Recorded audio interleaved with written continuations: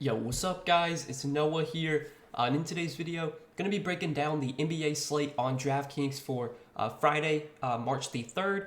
We do have another big slate for Friday. Usually every Friday we have some bigger slates, and we got 10 games tonight, guys. So we're going to go game by game, give you a quick breakdown of this 10-game slate, what I do like, taking a first look on Thursday night when I'm recording this video.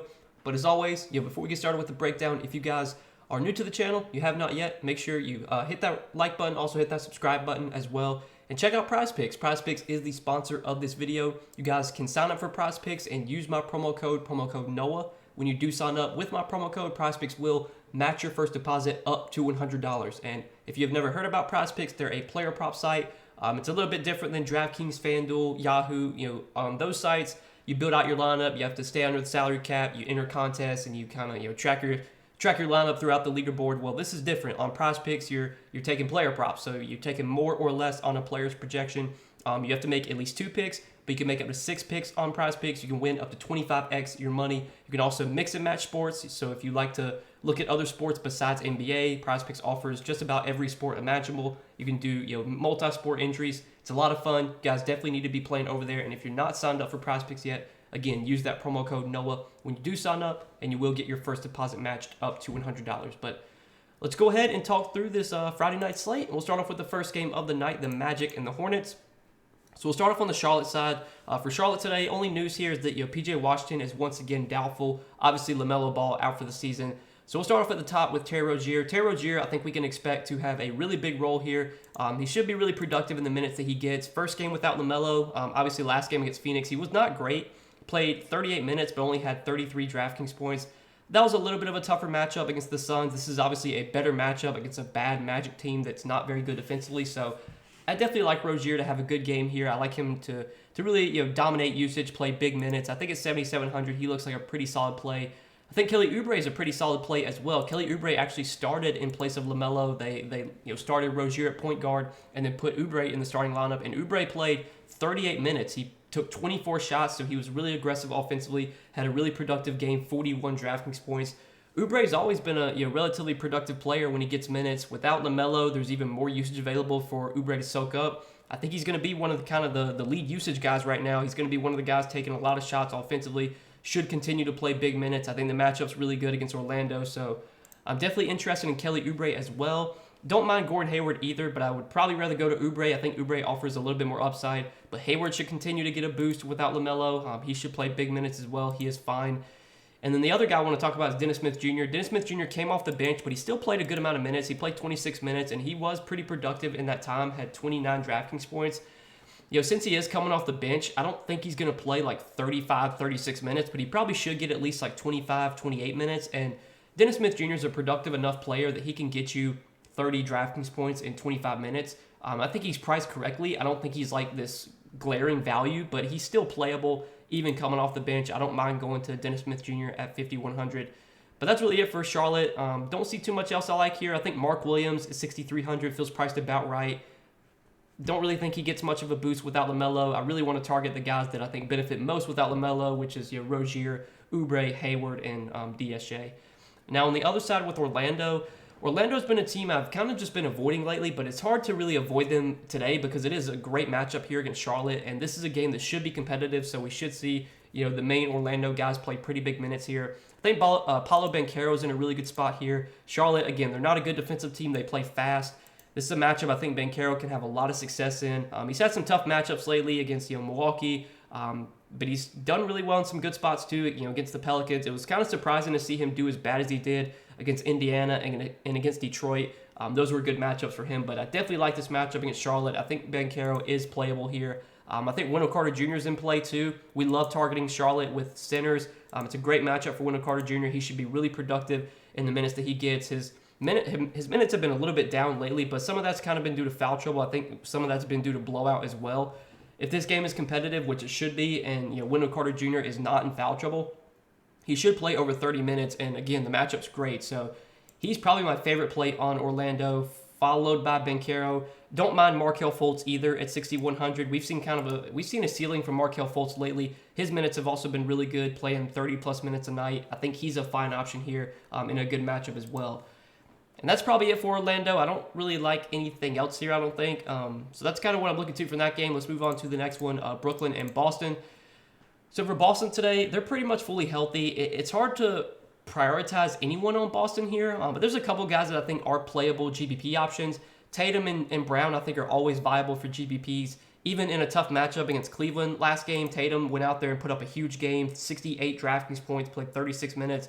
Look, Jason Tatum's a good player, and he can go out there and crush even in bad matchups. This matchup against Brooklyn, I don't love. Brooklyn's got good defenders. Mikal Bridges, Dorian Finney-Smith, both really good defenders. But, again, Tatum is matchup-proof and can put up a big game any night. I think there's other guys I prefer paying up for today, but don't have an issue with Tatum. Don't have an issue going to Jaylen Brown either. The other guards, though, like Brogdon, Smart, Derek White, where they're priced at, none of them look super appealing. The only other guy that I'm interested in from Boston is Robert Williams. We've seen Robert Williams' minutes be pretty good lately. Production's kind of been all over the place, but he's historically been a pretty productive player when he gets minutes, and he has played over 30 minutes in 2 out of their last 3 games. Brooklyn's been a good matchup for centers. They've been a bad rebounding team as well, so this could definitely be a spot where Robert Williams is able to really dominate on the glass, get some putbacks, and he's a good per-minute producer. So if he's going to continue to play 30-plus minutes a night at only 5,100, I think Robert Williams makes some sense as a GPP option.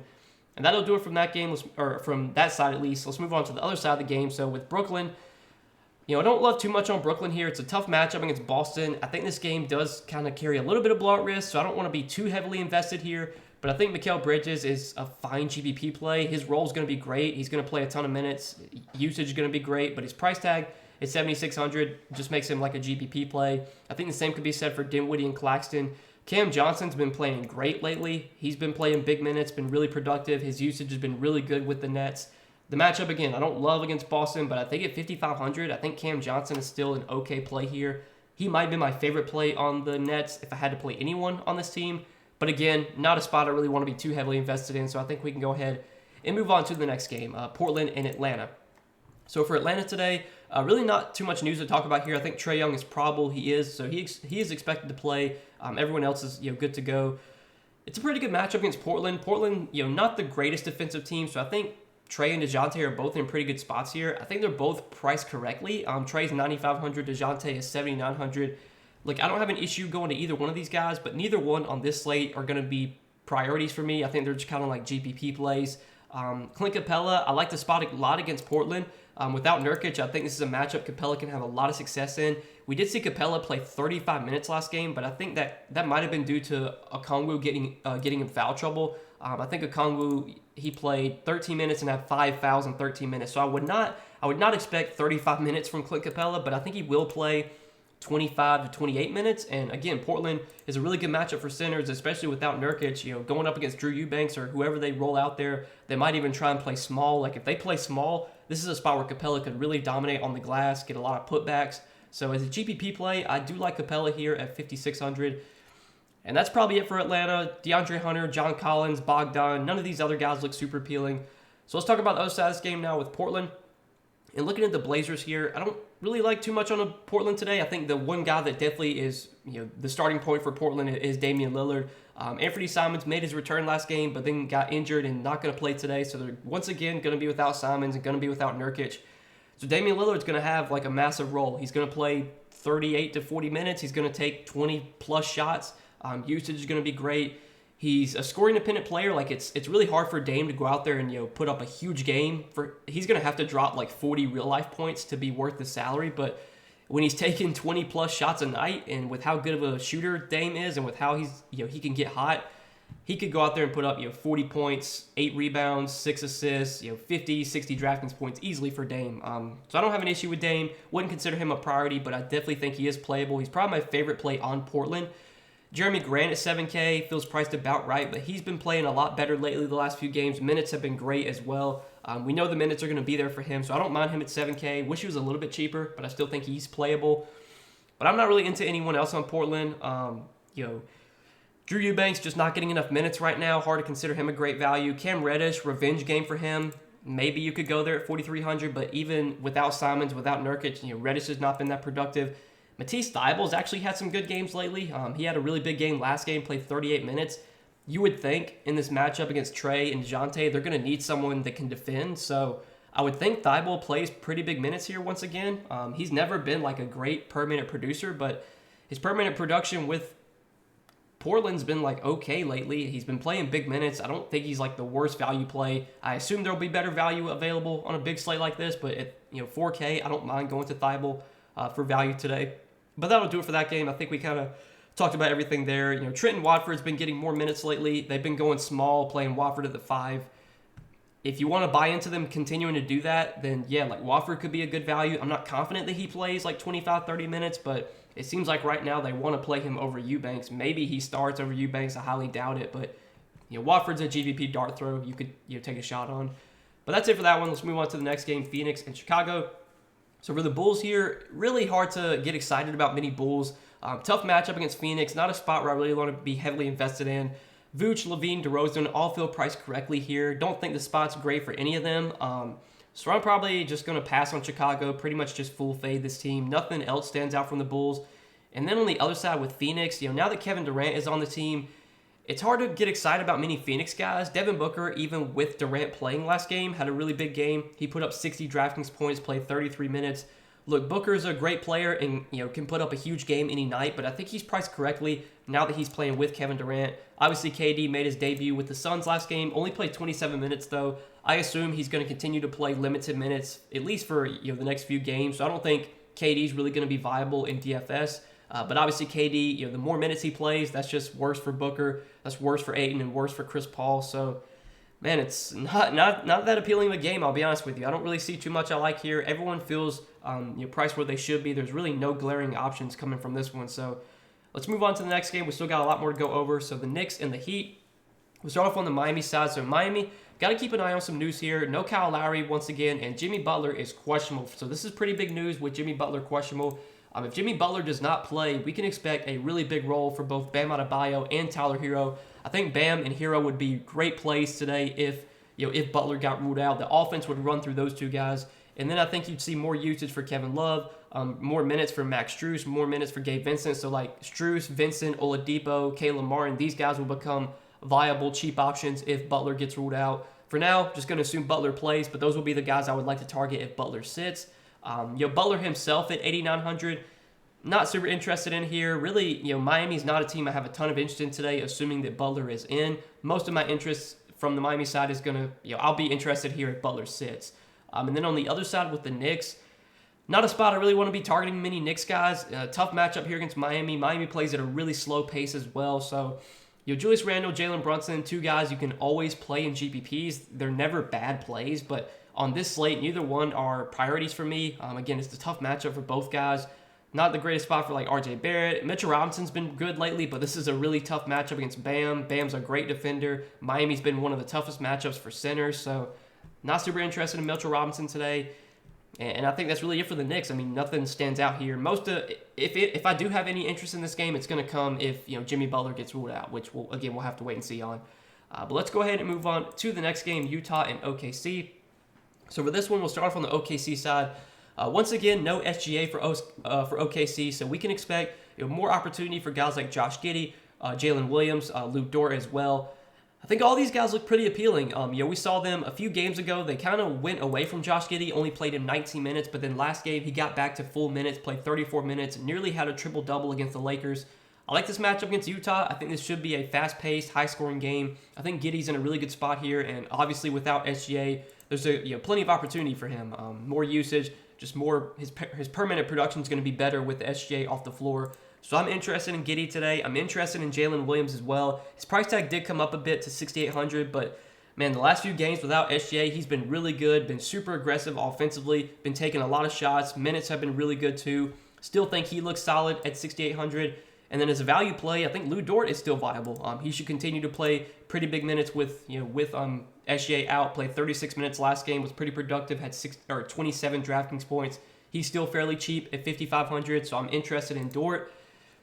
Don't think I'm going to go to any other OKC guys, though. Isaiah Joe, again, should start for SGA. His minutes have been solid lately as a starter, but I think at 4,500 on a 10-game slate, I think he's kind of priced where he should be. Not a guy that I would be like starting my lineups with, but if he fit into my lineup, I think I'd be okay playing him.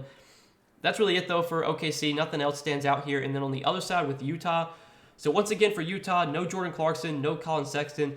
So there's going to be a lot of minutes available in the backcourt. The guy that should soak up a lot of those minutes is going to be Talen Horton-Tucker. Talen Horton-Tucker last game played 30 minutes. Wasn't great, only had 29 DraftKings points, but I would be fine going right back to Talen Horton-Tucker. Price tag came up a little bit, but you could argue that he's still a little bit too cheap here. I think he should be like 7K whenever Clarkson and Sexton are both out. THT is going to have great usage. He's going to have the ball in his hands a lot. He's historically been a productive player when he gets minutes. Should play over 30 minutes, barring foul trouble or a blowout or something. So definitely interested in THT. I think Lauri Markkanen is in a pretty good spot as well, but the only issue is that he's just really expensive, 9,600. At this price tag, you need like 60 DraftKings points, 50, 55 at least from Markkanen to be worth the salary. And can he go out there and put up 50 plus? He absolutely can. He put up 59 DK points against OKC when they played a couple days ago, but wouldn't consider Markkanen a priority today just because he is pretty expensive. I do like Walker Kessler, though, quite a bit. I think it's a great spot for Walker Kessler. We've seen OKC really struggle on the glass this season. They've been a really bad rebounding team. It's been a good matchup for centers to face OKC, and we saw Kessler put up 47 DK points in 37 minutes against OKC. Last time they played, he only had 7 points in that game and scored 47 DraftKings points. He had 18 rebounds, 7 blocks. Like, he's a great shot blocker. He's a great rebounder, and this is a great matchup for both those things. So I think, Kessler looks really good once again, like him quite a bit. Kelly Olynyk, fine play at 5,900, but not a priority. Chris Dunn, probably a guy that I'll just fade here. We saw Chris Dunn, he was not going to play a ton last game, but then Obaji, however you say his name, he wound up getting hurt last game, which actually helped Chris Dunn. Chris Dunn was playing behind Obaji last game, and then, he got hurt, so Dunn wound up playing a lot. I think I'm going to fade Dunn here. I just think he's kind of, he's going to be like the backup point guard. He'll probably play like 20 minutes. I don't think he plays like 30 minutes, though. And at his price tag, you kind of want him to play close to 30 minutes. So probably going to pass on Dunn. If you want to go to Obaji, he's only 3,700. He should play around 30 minutes. I don't think he's a bad value. I think he's definitely in play here at 3,700.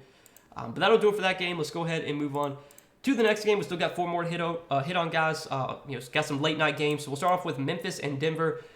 Looking at the Denver side today, from Denver, I think the priority here is definitely Nikola Jokic. I think it's a pretty good spot against Memphis, who's once again without Steven Adams. Without Steven Adams, I think this Memphis team is going to really struggle to stop Jokic. Memphis is a good defensive team overall, but I don't think Xavier Tillman or Brandon Clark are really going to slow down Jokic one-on-one. So Jokic should continue to dominate, should continue to stuff the stat sheet. He's shown triple-double upside pretty much every night he steps on the floor. This is a game that should be competitive, so we should see Jokic play big minutes here. I think he's once again a top pay-up option. No issue with Jokic here. Jamal Murray at 7,800, I think feels priced about right. Obviously, he's had some big games lately, but at almost 8K, I think you're kind of paying the max price for Murray right now. Aaron Gordon is probable, so he should play. Not super interested in him. Michael Porter Jr., I believe, is probable as well. He should play. Not super interested in him either. And the rest of Denver, I'll probably pass on. It's really, Jokic is the guy that stands out most from the Nuggets. And then on the other side with Memphis, I think the one guy that I would be looking to on Memphis would be Ja Morant. Ja Morant shown big upside in games like this that should be competitive against Denver. Last game against Houston, he played really well. He just didn't play much of the. I don't think he played at all in the fourth quarter. But through 3 quarters, he put up 43 DK points, put up 73 against the Lakers. Again, a big time game like this against 2 big time teams in the West. This is a game that should be competitive, so we should see big minutes from Ja here. I think at 10-3, he's firmly in play on the slate if you want to go to Ja. He's probably the only guy that I'm interested in from Memphis, though. I don't really have a ton of interest in anyone else on this Memphis team. The centers from Memphis, you would think in this spot, they're going to need Tillman and Clark to play a lot, but I just don't love the matchup against Jokic. There's foul trouble risk as well, so I'll probably just pass on the Memphis bigs. So I think we can go ahead and move on to the next game, the Pelicans and the Warriors. So for the Warriors today, they're on the second night of a back-to-back. We're definitely going to have to monitor their injury report. I would assume everyone plays here. They've been saying that Klay Thompson's going to play back-to-backs. He didn't play back-to-backs at the beginning of the season, but supposedly the rest of the season he's going to play back-to-backs. So Poole and Klay, obviously without Steph and without Wiggins, both those guys are going to continue to have big roles, play big minutes. They both feel priced about right, though. Poole's 8,500, Klay's 8,300. On a 10-game slate, I don't think either one of those guys are priorities, especially not in the greatest matchup. The rest of Golden State, Draymond, DiVincenzo, Looney, don't love any of these guys. I think Draymond's fine. I think DiVincenzo's fine, but there's no priorities coming from this Golden State team. And then on the other side with the Pelicans, the big news we're going to have to monitor for the Pelicans is the status of Jonas Valanciunas. Jonas Valanciunas is actually doubtful. I thought he's questionable, but he's doubtful for today. So with J-Val doubtful and with Larry Nance out as well, we did see Willy Hernangomez start at center last game. Now, he didn't play a ton. He only played 20 minutes or 21 minutes. He was productive in that time. He had 20 Draftkings points. Him and Jackson Hayes pretty much split the center minutes. Hayes actually, I think, wound up playing a little bit more than Hernangomez. Where's he at? Let's see. He actually played 16 minutes. They did go small last game, and that's my concern here. Like, I think Hayes and Hernangomez are both really good point per minute players, but this Warriors team we know likes to play small. So I could definitely see this being a game that goes small and they play like, CJ, Ingram, Josh Richardson, Trey Murphy, Herb Jones. I think that was their closing lineup last game, and I think that could be the closing lineup here. But, again, these guys are so productive when they get minutes that I think both look like pretty good values here. I'm going to prefer Hernangomez just because I assume he's going to start, and he probably is going to play more than Hayes, but Hayes and Hernangomez are both viable values. Hernangomez, though, at 4,300, I definitely think is a strong value here. Even if he plays like 20 minutes, he can still put up 25 Draftkings points in 20 minutes. And if by some chance he plays like 28, 30 minutes, he could absolutely crush. I mean, we saw him put up 50 against Sacramento when he played 28 minutes. He's a great per-minute producer. So, yeah, I think Willy Hernangomez, kind of the starting point from the Pelicans. He's a great value here. And then Ingram and CJ, I mean, both are going to have big roles. No J-Val, no Zion, so we can expect, plenty of opportunity for Brandon Ingram. He put up a huge game last game without J-Val, 38 minutes, took 29 shots, had 59 Draftkings points. Definitely think Ingram looks strong here at 8,600. Don't mind CJ either at 7,800. He also had a pretty good game last game. I mean, the offense is going to run through these two guys, especially without J-Val. So, yeah, I don't have an issue going to either one of Ingram or CJ. And then obviously really like Hernangomez. Josh Richardson at 5,100 is okay, but not a priority for me. So that'll do it for that game. Let's move on to the next one, the Clippers and the Kings. So for the Kings today, the big news to keep an eye on here is De'Aaron Fox's status. De'Aaron Fox did not play last game, but it looks like he is going to play. It looks like the report is that he intends to play for this game. So with De'Aaron Fox expected to play, that pretty much takes guys like, obviously Davion Mitchell out of play, Kevin Huerter, Harrison Barnes, Keegan Murray. These guys don't look nearly as appealing with Fox back. Fox himself, I don't mind at 9,100. I don't love the matchup against the Clippers. The Clippers have good defenders in Kawhi and Paul George, but I mean, we saw Fox just absolutely go nuclear against this team a few days ago. Put up 77 Draftkings points. I know that game went to double overtime, but still, he had a huge game. I mean, Fox is just playing at an elite level right now. The Kings play really fast, so this is a game that definitely has potential to be really high scoring. Fox is fine for GPPs. Domantas Sabonis is fine for GPPs. Neither one are priorities for me. And the rest of the rest of the Kings, I'm probably going to pass on here. I don't think I'm going to go to anyone else on this team. Now, on the other side with the Clippers, it's a back-to-back for the Clippers, so we're going to have to monitor their injury report. We know the Clippers are a team that like to rest guys on back-to-backs, so we'll have to see if Kawhi plays. I think he's been playing back-to-backs lately, if I remember correctly. Maybe he's played a back-to-back this season. Maybe not, though. Okay, I don't think he's played a back-to-back this season, so I don't know if Kawhi's going to play today. Obviously, if Kawhi doesn't play, that makes Paul George look great. That makes Russell Westbrook look great. Norman Powell would look really good as well. Those would be the guys that would really benefit without Kawhi. And then whoever were to start, like if Kawhi does sit, Terrence Mann, Eric Gordon, whoever starts would be a good value.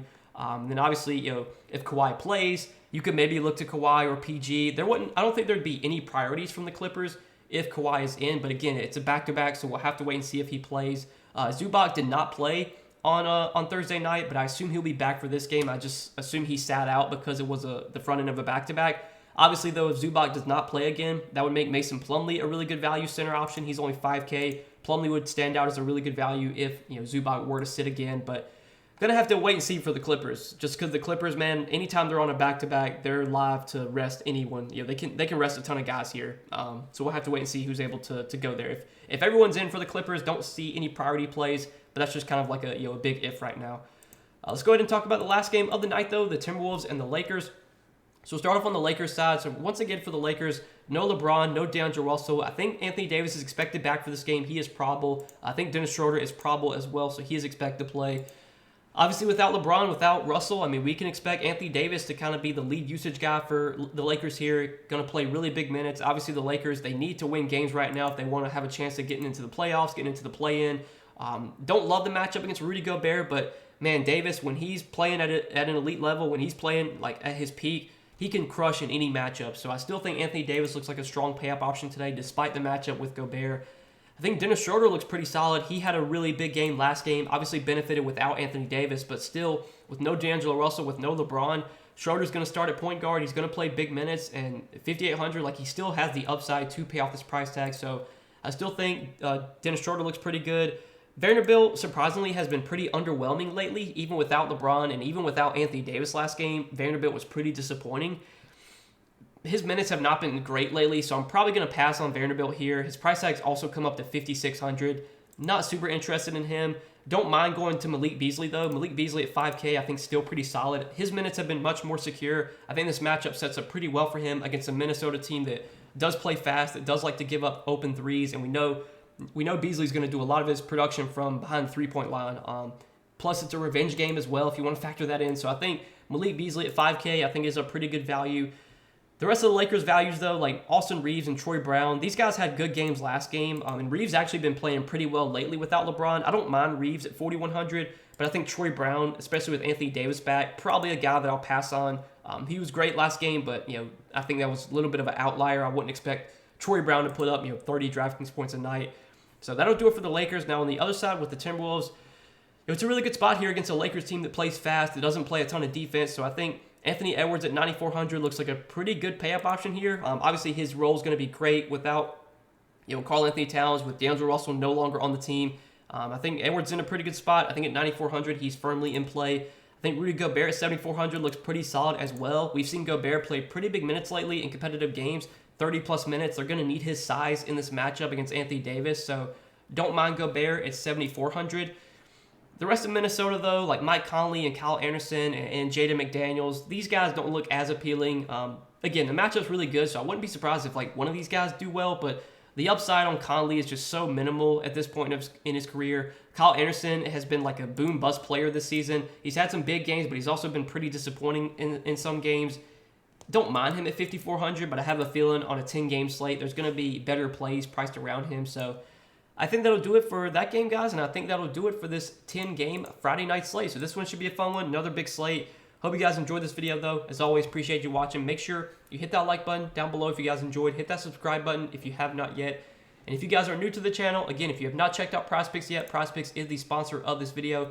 You guys can sign up for PrizePicks and use my promo code NOAH. When you do sign up with my promo code, PrizePicks will match your first deposit up to $100. So definitely give them a try if you have not yet. Take a look at all the props they already have posted for Friday's games. You can see all the props they have already available right now. I'm sure as we get closer to the start of the games on Friday night, there will be even more props available. So if there's anything that stands out to you, just take more or less on a player's projection. It's as simple as that. You have to make at least 2 picks, but you can make up to 6 picks on PrizePicks, and you can win up to 25x your money. So again, guys, give them a try. Use that promo code NOAH when you sign up and get your deposit bonus. But that'll do it, guys. Appreciate you watching these videos as always. Hope you guys all win some money tonight. Wish you the best luck on the slate. Hope you guys all enjoy your weekend, and we'll see you in the next video.